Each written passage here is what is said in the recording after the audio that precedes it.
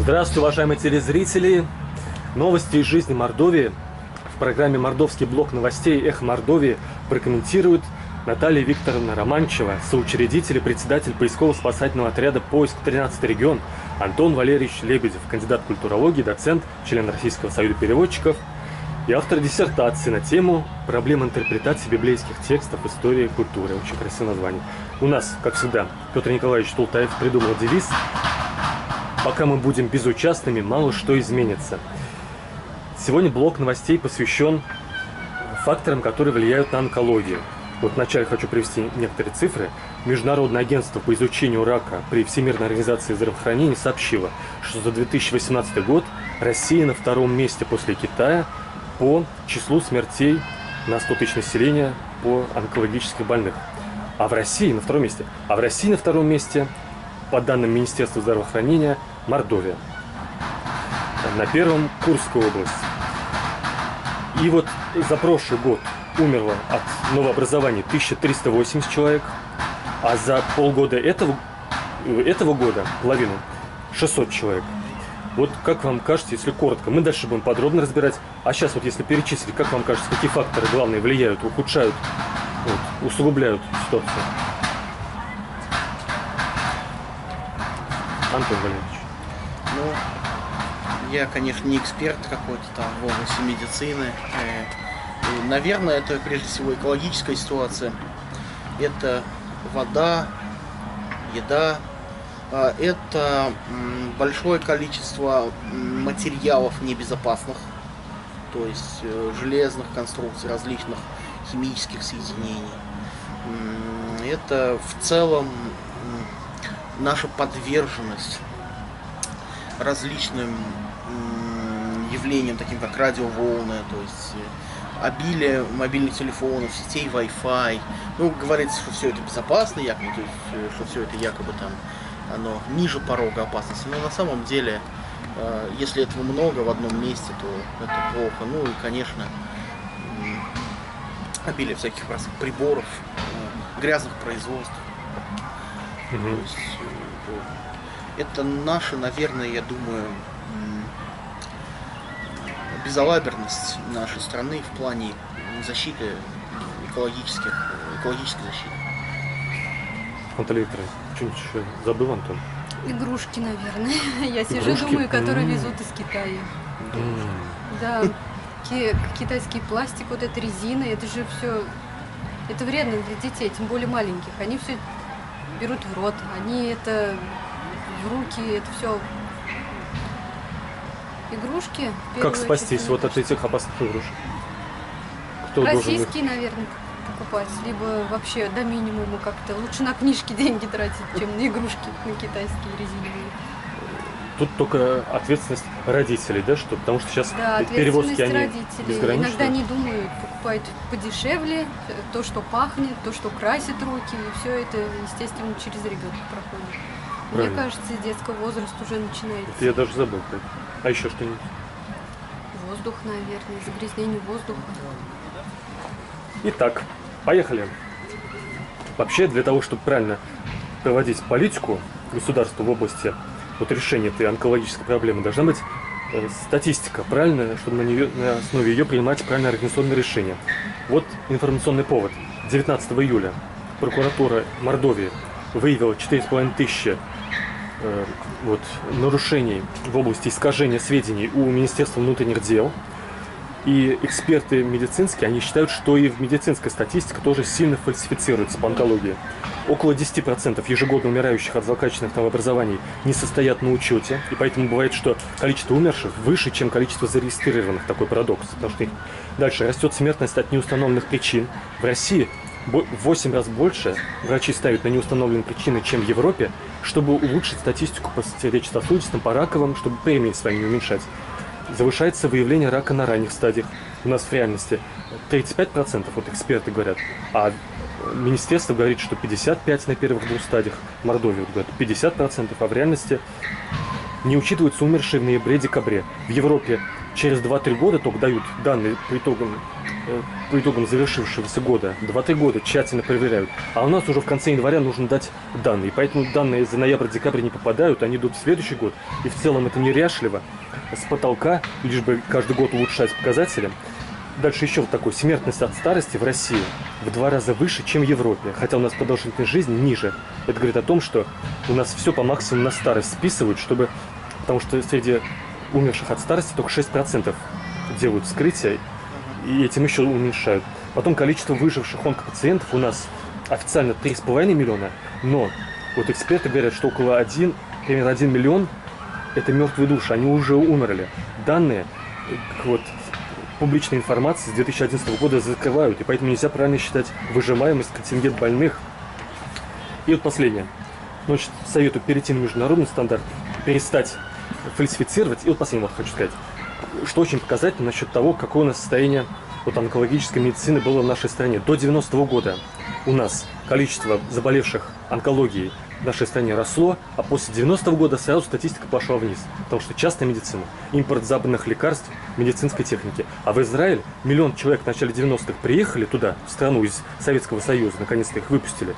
И сразу за 2 года у них на 10% выросла смертность от онкологии. Как вот вы, нужно ли эту статистику-то решать, чтобы не фальсифицировали? Пока молчите, скажу еще. Оказывается, у нас онкология при Сталине считалась выдуманной западной буржуазией заболеванием, и поэтому при Сталине не считали вообще онкологически больных, и только после смерти в 1953 году стали считать, и это как бы уже легализовалась болезнь. Скажите мне что-нибудь, не молчите, а то я чувствую себя одиноко. Не, ну ты просто вопрос задал и сам на него ответил там, да, то есть это... А мы, как бы, я не знаю, я не имею какого-то такого медицинского бэкграунда. Я сам не знал, я только когда готовился к программе. Ну, тут должны специалисты говорить, тут должны, наверное, говорить люди, которые это знают, почему, от чего, потому что любой источник о проблемах онкологии, почему, надо его проверять, надо смотреть на мнение специалистов в этой области. Что я хочу сказать? Ну, ситуация, вот насколько я знаю, и по своим родственникам, и по своей вот сфере, где есть ситуация, конечно, очень печальная в этом плане. У нас умирает огромное количество людей, в том числе и в университете, среди преподавателей тоже. Ужасная эта ситуация. Наверное, здесь что-то надо кардинально менять в целом в медицине. Думать о том, не как статистику делать, да, а как людям помочь. Как это сделать конкретно, я не знаю, я не специалист. Медицина — это одна из тех областей, которые я очень боюсь рассуждать, потому что вот как медицина и юриспруденция, вот, как бы, потому что здесь очень сильно зависит все от человека конкретный, да, и очень много тонкостей, которые я просто не знаю. Что я могу сказать, я не знаю. Но я думаю, все равно граждане должны иметь мнение по всем вопросам, потому что они участвуют в выборах, они избирают власть, и власть исполняет государственную политику, поэтому все равно нам никуда не деваться, чтобы иметь какое-то минимальное такое, может, дилетантское мнение все равно. Какое мнение? Спасибо, поэтому. Лечите и не завышайте статистику. Что я могу сказать? Не искажайте. Вот, как мне кажется, например, что в Мордовии почему? У нас уклад жизни маленький, у нас зарплаты маленькие. Естественно, когда человек обращается в больницу, в поликлинику идет, это уже на тех стадиях, когда уже, наверное, излечить невозможно. То есть человеку помочь невозможно. Он терпит до последнего, потому что он боится, что с работы не отпустят, что там за свой счет нужно день взять, а у него семья. Естественно, приходит, когда 3-4 стадии, он уже вот-вот готов. А когда, если бы купирование вот на первой стадии, например, то это все излечимо. Что интересно, вот то есть... Россия на 2-м месте, а Мордовия на 2-м месте в России. Это же вот с точки зрения науки такой интересный факт, который нужно проанализировать. Ну, это ужасно. А мы никто не знаем. Вот кого спросил, мы никто не знаем, почему такое вот мы так на вершине айсберга. Потому что в больницу никто не ходит. тоже. вовремя, Кстати, вот да. тут у меня тоже не написано, правильно. Потому что у меня вот сколько Культуры знакомых, нет этой, все, да? Вот да, такие. да. Тянут до последнего, когда уже все, совсем ходить не могут, все болит, все уже не в состоянии, идут в больницу. И тогда уже оказывается, когда помочь уже невозможно. Вот, у меня много, ну немного, есть знакомые, которые, да, дотянули до последнего. И когда уже борьба, это уже нет надежды никакой. Вот, поэтому уклад жизни в республике, к сожалению, низкий. Внимание. То есть здесь, да, здесь правильно Наталья говорит, я, извините, прерву, здесь на самом деле не только то, что какие-то плохие люди не хотят никого лечить, да? И здесь не только, что там никто не хочет в этой сфере ничего менять, да? Здесь дело еще и в том, что просто сами люди, нет культуры действительно лечения, нет культуры обращения за медицинской помощью. А если за ней обратишься, то куча проблем там, да, и по полдня в больнице проведешь, а время, как говорится, деньги, особенно для людей таких трудоспособных, да, что-то зарабатывать, где-то подрабатываешь. Ипотеки, надо Ипотеки. платить. Руководители не хотят платить. Ну, поболит, Зарплату, да. поболит там немножко, ну что, ну нормально. Там, Сиди, такое. таблетку выпьешь и все, дальше работать.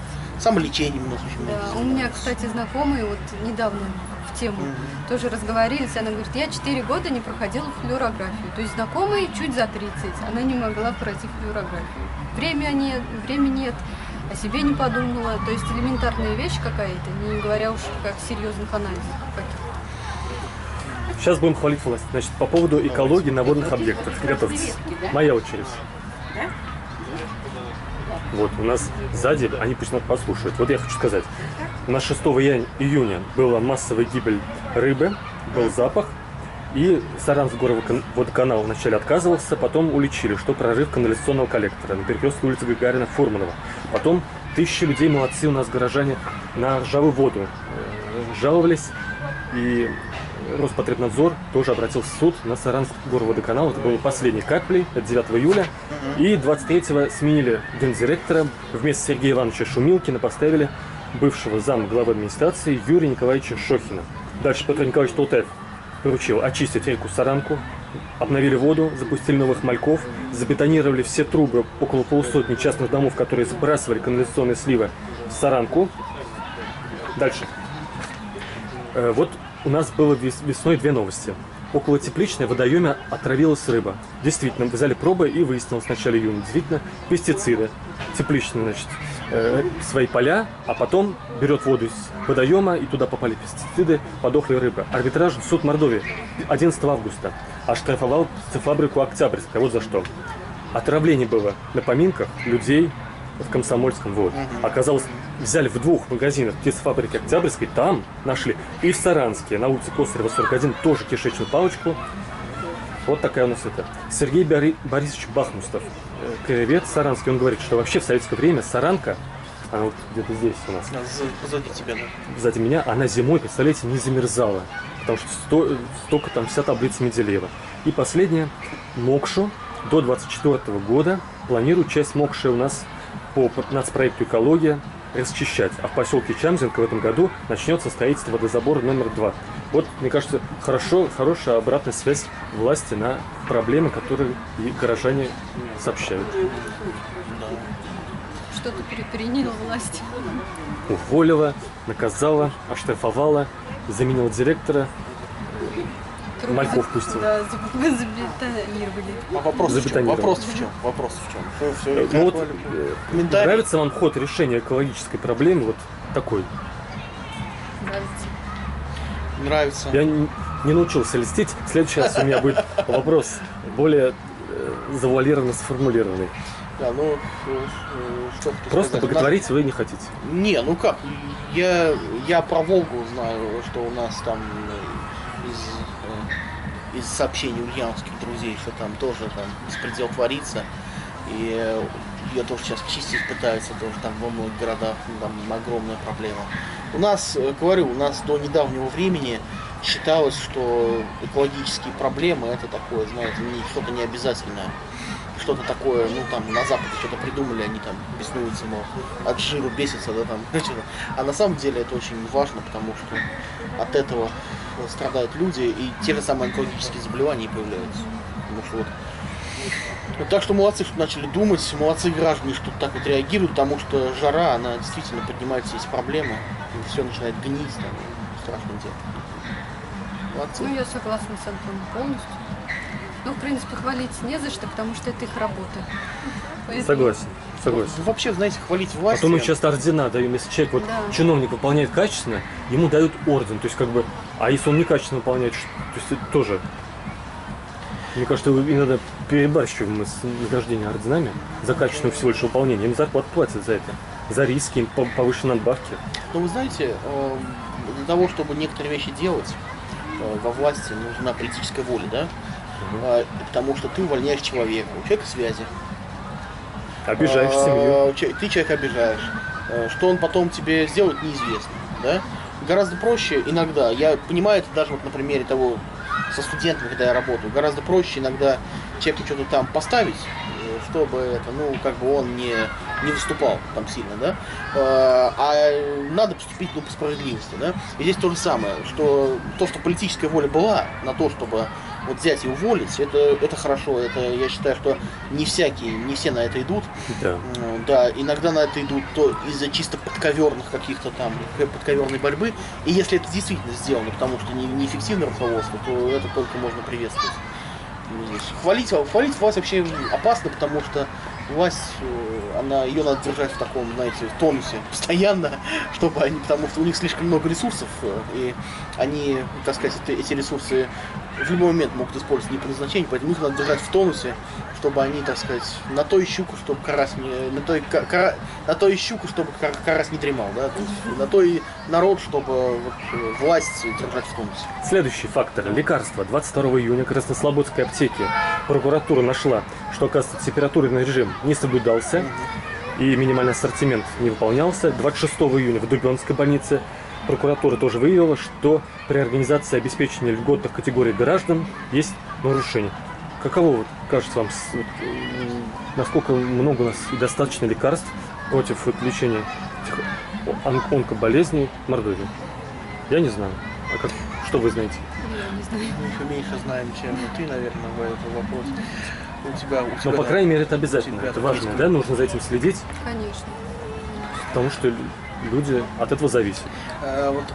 Знаешь, смотри, вот недавно была ситуация, когда по-моему, там не с онкобольным были связаны, я точно не помню, когда за ввоз большой партии лекарств, там, не пустили, в общем, в страну эту партию лекарств для какого-то человека, которому было нужно, то ли ребенок, то ли там взрослого, там что-то большое количество, и таможенники говорят, как бы, мы не можем это пропустить. По закону так. А там все там в народе кричат, вот, там они, там злые, там такие люди, таможенники. Но они не могут пустить, потому что по закону нельзя такую партию пускать, да? То есть здесь еще не только вопрос там того, что там делать, не делать. Здесь вопрос законов. То есть должны быть законы, которые говорят, что вот такой-то это нарушается, значит все. То есть должны быть еще законы мудрые. У нас еще очень много законов таких, которые тут какие-то слухи шли, что лекарства хотят ограничить инициационные, под санкции там что-то какие-то, да, то есть если мы производим... Как только мысль такая могла прийти вот тем, кто инициативу. Да вы знаете, мысли-то разные приходят, и вообще в парламенте часто интересные там мысли, как, если можем мы заменить это нашими лекарствами, они настолько же хорошие, конечно, там, но они... Да. Зеленка. Но по факту там мы очень сильно зависим еще, конечно, от иностранных лекарств. И у нас есть такая практика еще в некоторых аптеках, что вам сразу рекомендуют дорогие лекарства, когда есть более дешевые аналоги. И иногда врачи хватаются за голову, им приносят, говорят, вот там в аптеке я там купил то, мне там не советовали то, а врачи говорят, это вообще не нужно, это вообще нет того. То есть, А вообще у нас зависимость не только от западных лекарств. У нас вся техника, что нас окружает. Компьютеры, машины, значит, технологии, самолеты, электричество, всякие телекоммуникационные связи. Все западное. Питание западное, технологии западные. Даже наша продукция, она делается на западных оборудованиях. Что у нас есть отечественное? Ненависть к Западу. Вот это их зависть к ним. неблагодарность к ним. А у нас все, у нас нет лекарств, мне кажется. Ну, насчет лекарств я не знаю. Преувеличиваю, как всегда. Я думаю, да, преувеличиваешь ты, конечно. И по поводу западного оборудования. Кстати, в западном оборудовании, если ты посмотришь в тех же самолетах, летает наш Титан, летают наши запчасти. Говорят, и в айфонах есть наши какие-то технологии. А 2 самолета недавно пали, российских. И выяснилось, это от того пали, что мы стали по каким-то элементам переходить на импортозамещение. Вот, Ну, когда мы говорим, хвалим импортозамещение, мы хвалим повышение риска смерти сотен наших сограждан. Ну, тут, наверное, надо не импортозамещение, надо просто, чтобы у нас появлялись хорошие аналоги. Да? Это естественно. Любая страна хочет, чтобы у нее были свое собственное производство. Это нормально. Главное, чтобы было качество. У нас просто, знаете, это делается по каким-то политическим причинам. Вот в том проблема, что у нас это делается по политическим причинам. А когда это делается просто потому, что действительно хорошее изобретается что-то, это хорошо. А когда говорят, так, нам надо сейчас все заместить, а как качество там, это не важно, главное все заместить, да, то это плохо. А так, есть у нас, есть, слава богу, появляется тут последствия разрушения Советского Союза во многом, когда многие технологии были утрачены. Когда многие технологии, как ты же сам говоришь, там и в Израиль переехали, там и не в Израиль переехали, а ведь это в производстве лекарств и в производстве техники это не один какой-то гений, да, это целая цепочка заводов там со всего там по всему Союзу, а тут границы пали, все разрушилось, да, и поэтому многие вещи были утеряны, и мы все сейчас импортируем, как бы пытаемся что-то свое делать, оно пока хуже. Ну, это естественно, что оно пока хуже будет, потому что сразу сделать такое же, они там нарабатывали, грубо говоря, 50 лет, да, 60 лет, 70 лет, без всяких сломов, без всяких вот таких вот жестких репрессий, а у нас тут совсем другая была историческая ситуация, поэтому, что тут можно сказать? Не надо Запад ненавидеть, но свое тоже надо делать. Наталья Викторовна, рассудительность. Ну, я согласна. Нужно свое делать и в должном качестве, самое главное. Следующее. Начинаю усугублять. Давай. Итак, у нас был чемпионат мира в 2013 году в Москве. Из Мордовии 2 бегуна заняли призовое место. Анисия Кердяпкина и Елена Лашманова. В этом году Парижский уголовный суд в июне руководитель Международной ассоциации легкоатлетических федераций обвиняют, что он коррумпирован для того, чтобы скрывать положительные допинг-пробы российских спортсменов. Дальше была Олимпиада зимняя в феврале 2014 года. Руководитель антидопингового центра и его зам, Родченков и его зам, сбежали в январе 2016 в США и весной дали признательные показания, что действительно они 1500 проб уничтожили, чтобы скрыть применение допинга. Я считаю, что они дали признательные показания, потому что они испугались, что их ожидает вот какая судьба. 3-14 февраля, за 2 недели до этого, были отравлены 2 руководителя российского антидопингового агентства. Неожиданно за 2 недели были случайно умерли от отравления. И 15 июня этого года зам гендиректора РУСАДА Маргарита Андреевна Пахноцкая сказала в интервью, что весной 2018 года нужно было проверять мордовских спортсменов на допинг. И я им звоню, говорю, выйдите в холл Центра олимпийской подготовки. И вот он говорит, и мне позвонил бывший министр спорта Мордовии Киреев и прямым текстом сказал, ты что, не помнишь, как закончили предыдущие руководители РУСАДА? И так далее. Я вот что хочу сказать. Значит, почему, если нам разрешено применять запрещенные химические и медицинские вещества для того, чтобы развлекать общество, для того, чтобы фальсифицировать свои победы, чтобы мы гордились своими победами.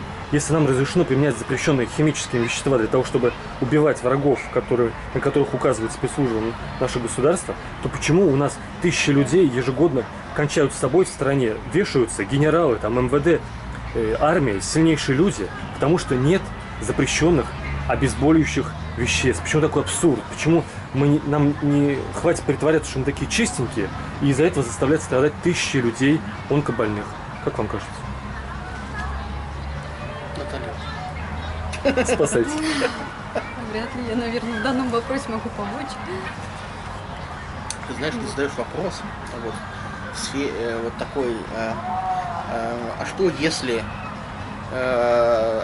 Антон, ты бьешь свою жену, которой у меня нет, да? И если ты бьешь свою жену, то зачем? То есть ты в своем вопросе множество предположений, Ну, бог с ними с как факт. предположениями. Выдаешь как Обезболивающие нужно факт. разрешить по Подожди, максимуму подожди. все. Ты в своем вопросе инкорпорировал туда множество предположений, которые не доказаны, которые являются Это мое предположение. которые да. являются твоим предположением, Да. да?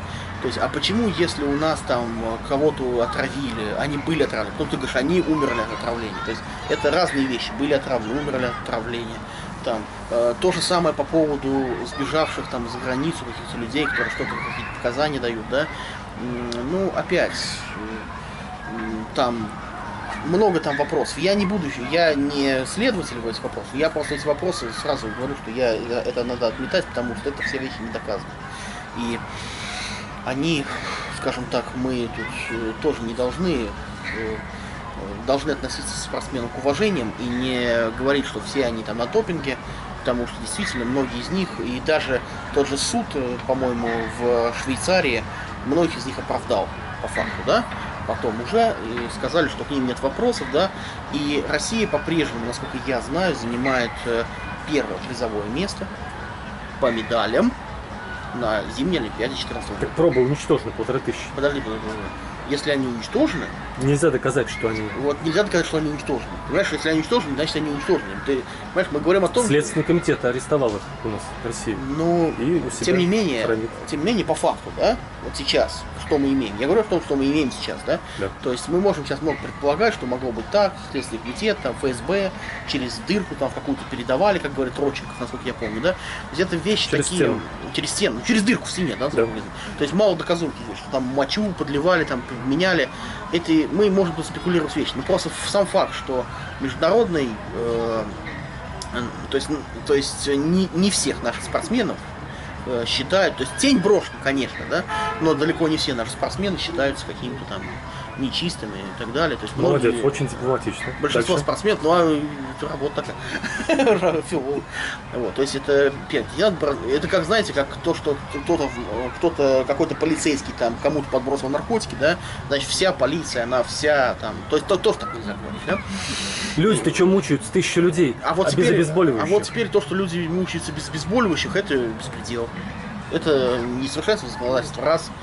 Что-то там, значит, это несовершенство работы чиновников. Два. Но я считаю, что в таких ситуациях, если кто-то мучается от обезболивающего, без обезболивающего, и местные власти, тут очень часто местные власти не готовы или не реагируют, то должны мы тоже подключаться, как-то собирать деньги, я не за средства как-то собирать, потому что... что делать? Человеку иногда нужно срочно. Наталья Викторовна. Ну, я поддерживаю насчет обезболивающих, конечно. Это беспредел. Насчет спортсменов тоже хотела поддержать, потому что не каждый, например, если я не подготовленный, мне хоть вкали допинг, и я все равно не пробегу, например, дистанцию. Они пашут, спортсмены, они в реальном слову пашут прямо. Они работают, чтобы добиться на соревнованиях чего-то, чтобы вообще допустили к этим соревнованиям. Поэтому спортсмены это очень сильные люди. Они уже до скольки там, до 40-45, наверное, а дальше уже у них... Да, во многих видах спорта гораздо раньше. Да, Да. да.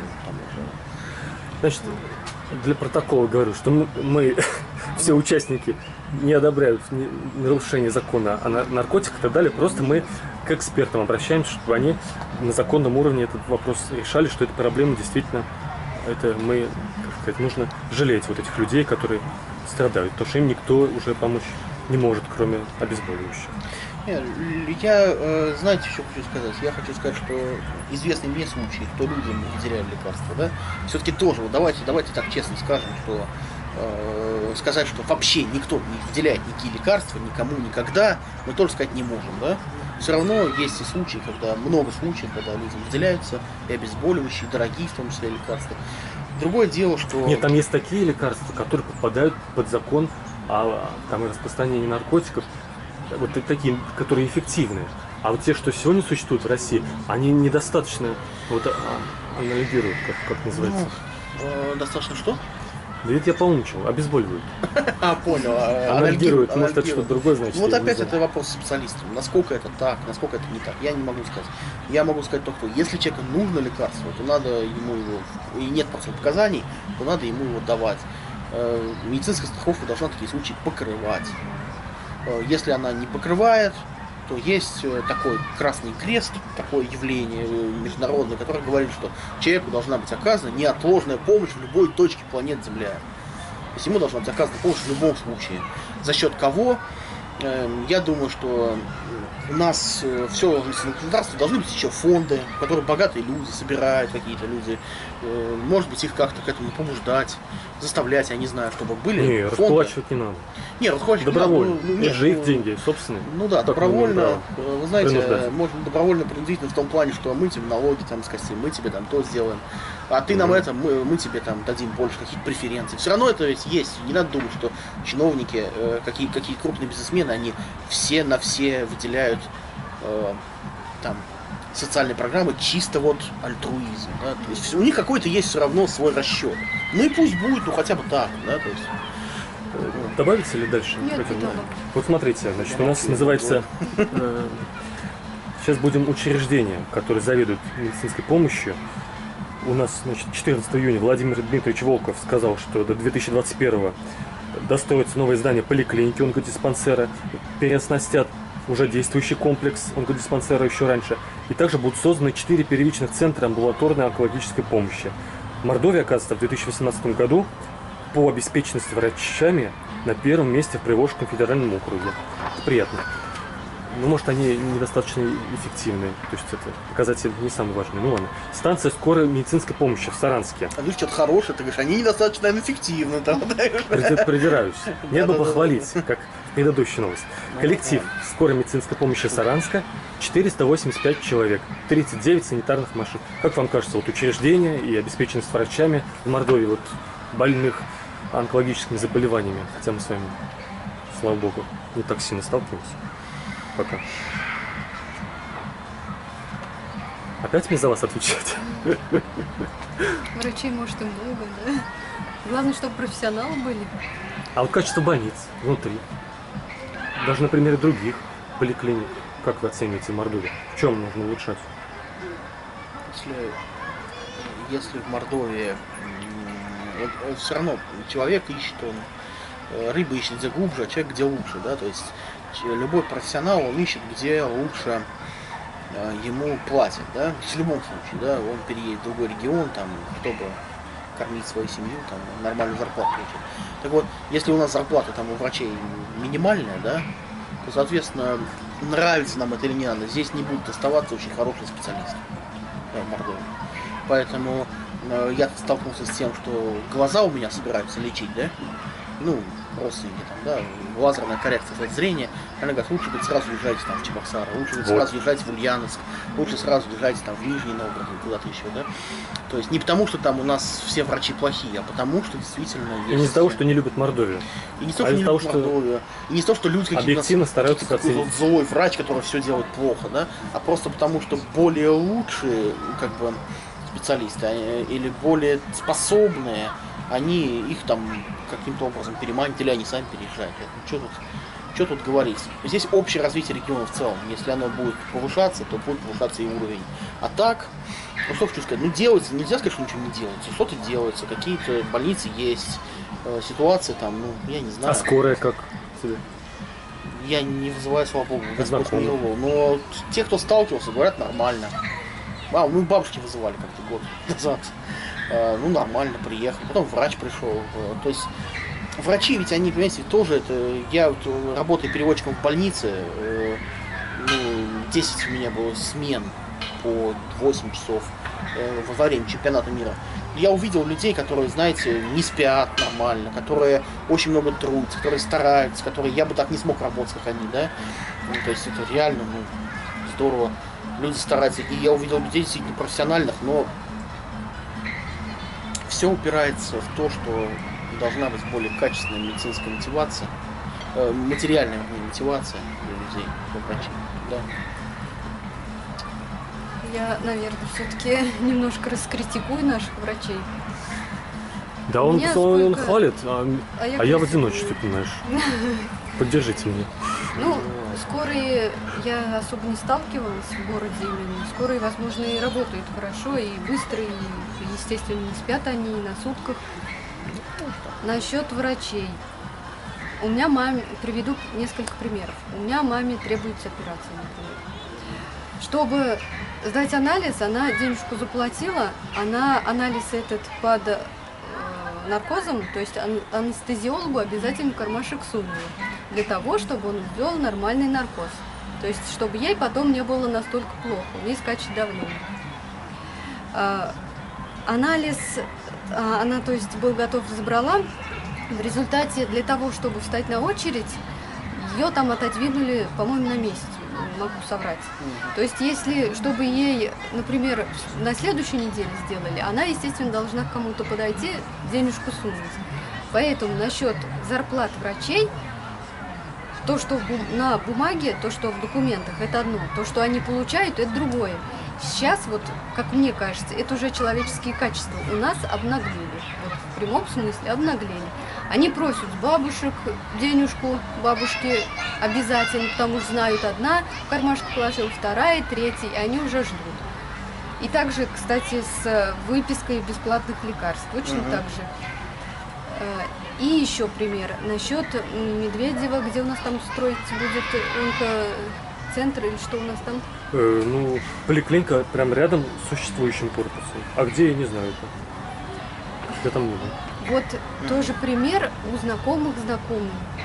Недавно похоронили. Тоже онкологические заболевания. Выявилось, в принципе, быстро выявили, но нужна была операция. Операция в Москве.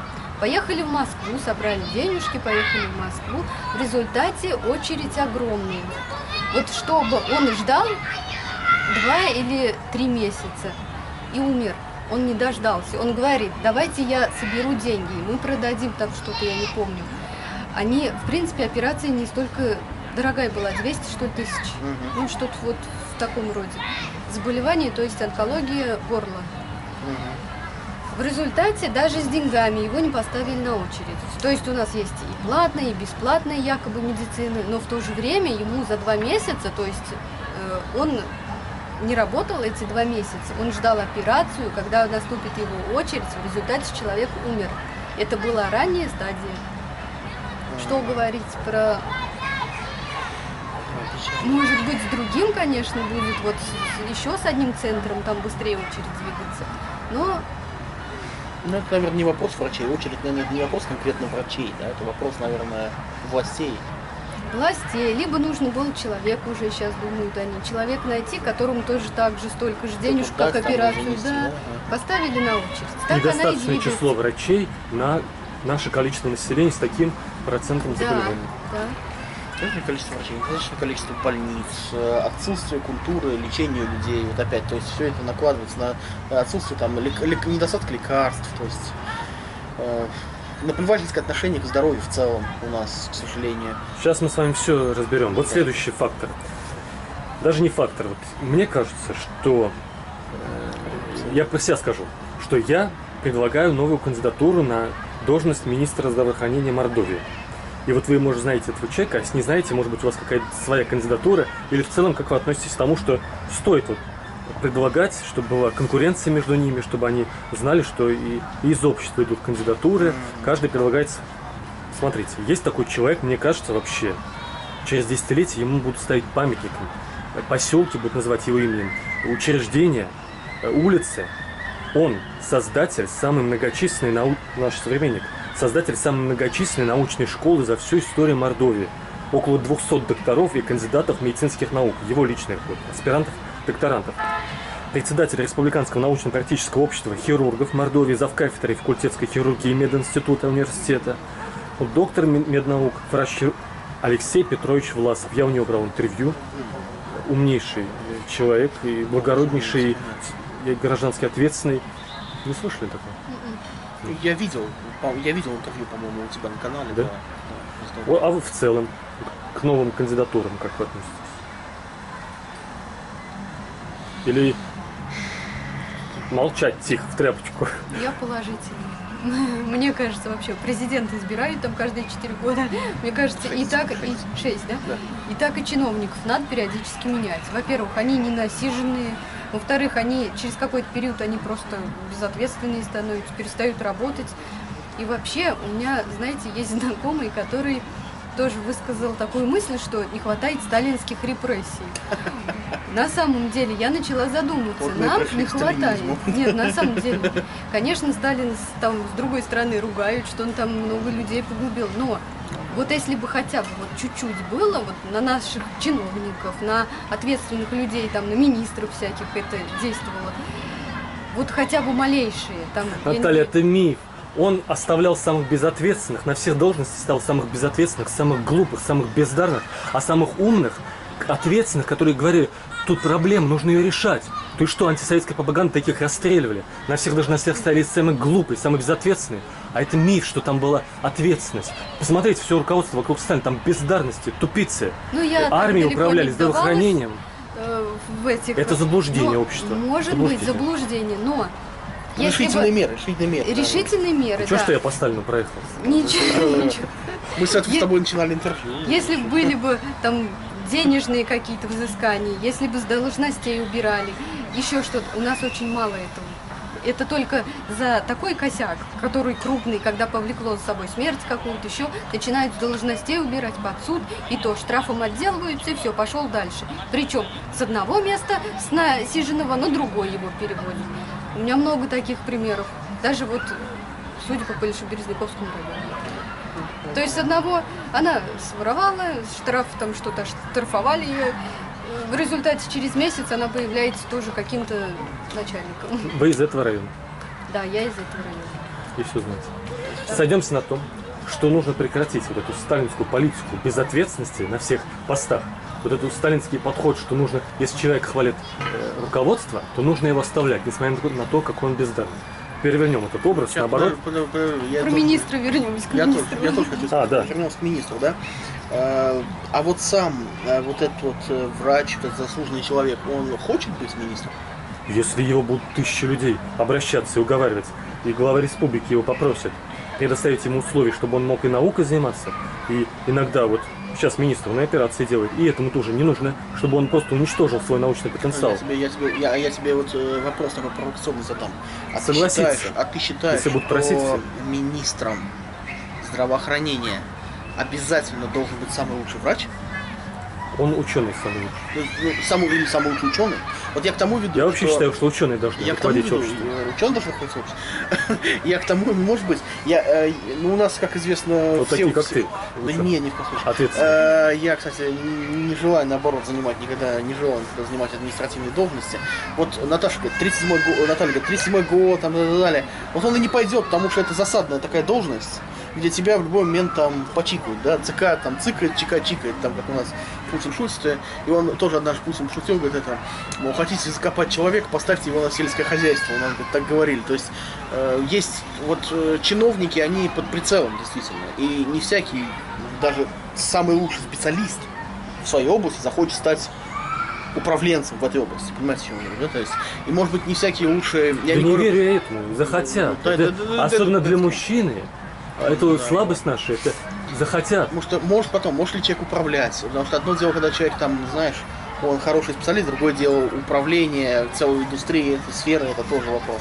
То есть поэтому здесь... Если человек может управлять своим мозгом, интеллектом, сделал 200 докторов кандидатов, значит, он да, организатор мощнейший. Ну, я не говорю про вот этого данного человека, я просто говорю, что не надо думать, что автоматически человек самый лучший в своей сфере станет хорошим управленцем вот в этой области. Понимаешь, о чем я говорю, да? То есть здесь нужно тоже смотреть, это знаешь, как у меня тоже друзья говорят, главное, чтобы президент там был верующий человек. И тогда вообще все это, ну, самый лучший он может быть верующий, а при этом управленец плохой, да?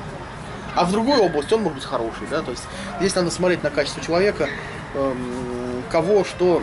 И еще такой момент, у нас вообще в России очень много зависит от человека. У нас часто правит не закон, а личности. И даже ты сейчас говоришь, вот его поставишь, а если не поставишь не его, что должно быть значительно хуже? Не должно быть значительно хуже. Человек должен следовать определенным процедурам тоже, закону, да? То есть должны быть правила тоже, чтобы человек, он не все от человека зависело, от личности вот такого великого там какого-то, да? А чтобы... Вот. Антон Валерьевич все усложнил. Да. Помогайте. У меня, наверное, нет уже больше. Я единственное, что хотела добавить, что управленец немножко с другой стороны подойду. Управленец, если хороший, он тоже в данной области не сможет, например, вывести свою организацию в данном, на должный уровень, если он все-таки не будет знаний каких-то самых низов тоже быть. То есть у меня есть, да, пример, когда вроде бы и делает все, а если он не понимает там каких-то элементарных вещей, и он не может никак взаимодействие найти с нижним звеном, это тоже возникнет проблема. Итак, смотрите, следующий фактор – опасное производство.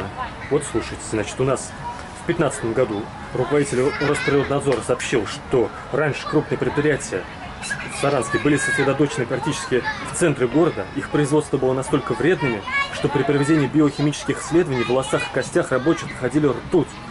Самый главный – евроцемент, Лисма, ТГК-6. Вот загрязняющих веществ было 250 тысяч в начале 90-х выброшено в год, в 2012 50 тысяч, в 2014 35 тысяч тонн. Евроцемент, Лисма, ТКК-6 самый главный. Выбросы газов от автотранспорта тоже хорошо. Сейчас вот обходные дороги вокруг города, значит, большой грузный транспорт, он объезжает, и выбросы уменьшаются в городе. Дальше, какие у нас вот сейчас есть? У нас было, оказывается, в 2017 году какое-то предприятие в Саранске провело эксперимент и выбросился радиоактивный металл торий. В 12 раз превысил фон. В соседних регионах не было, а вот именно в атмосферном Саранском кто-то выбросил.